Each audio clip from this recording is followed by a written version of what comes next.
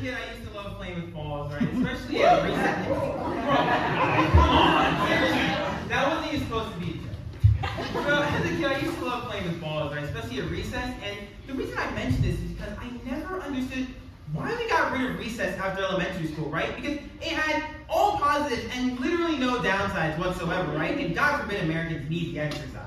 But can you imagine right now if there was an hour set aside every day where public safety just threw a bunch of fucking balls on Eddies and said, go for it? That'd be awesome, right? We'd have world peace within a week, I guarantee it. But I digress. So at my elementary school, one game dominated the playground, right? It was Foursquare.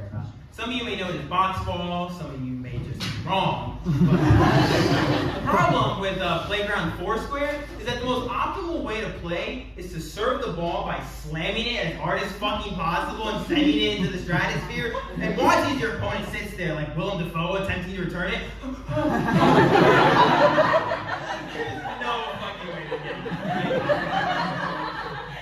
And so as little kids do, they went to the teacher and they complained, right? And so the teachers, in their infinite wisdom, came up with an official list of Foursquare do's and do nots, right? Some of which were honestly pretty reasonable to their credit, like you can't aim the ball at people's heads. Okay, fair. Some were a little bit more out there though, like you have to make direct eye contact with the person you're serving it, which just made me feel like a straight girl about to get kissed by a gabelli guy.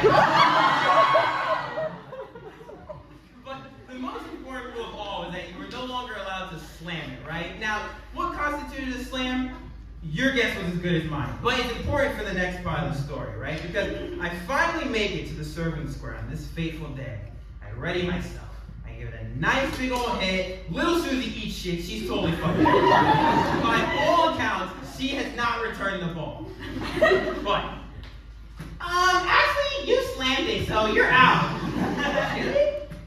I slammed it with this? Really? I won't actually believe you, but I got so mad at this statement. In the absolute heat of the moment, in my anger, I stared little Susie down and I said, quit being a pussy. You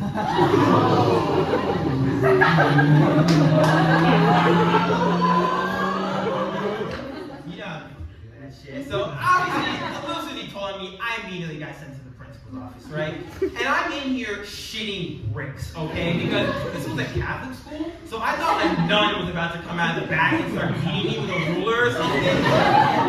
Thankfully, beating kids was illegal at this point, but when is legality to stop the Catholic Church? Oh, it's okay, guys, I got baptized.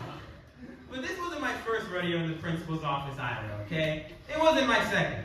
It was my 8th that month. I was a little bit of a problem child. So my principal walks in, not surprised whatsoever, really just more disappointed than anything. She just, Mo, why did you call that girl a pussy? Because she was acting like a pussy. Mo, do you know what pussy means? Now pause. I'm a computer science major, okay? I don't even know what pussy is now.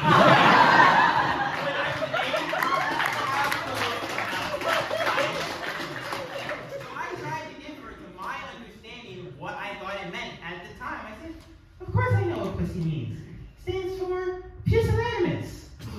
And if you don't know, pusillanimous means showing a lack of courage or determination, which I thought pretty aptly described fucking Susie's actions. But my teacher, my principal, was not having any of that shit. She goes, you can't even spell pusillanimous. Pusillanimous.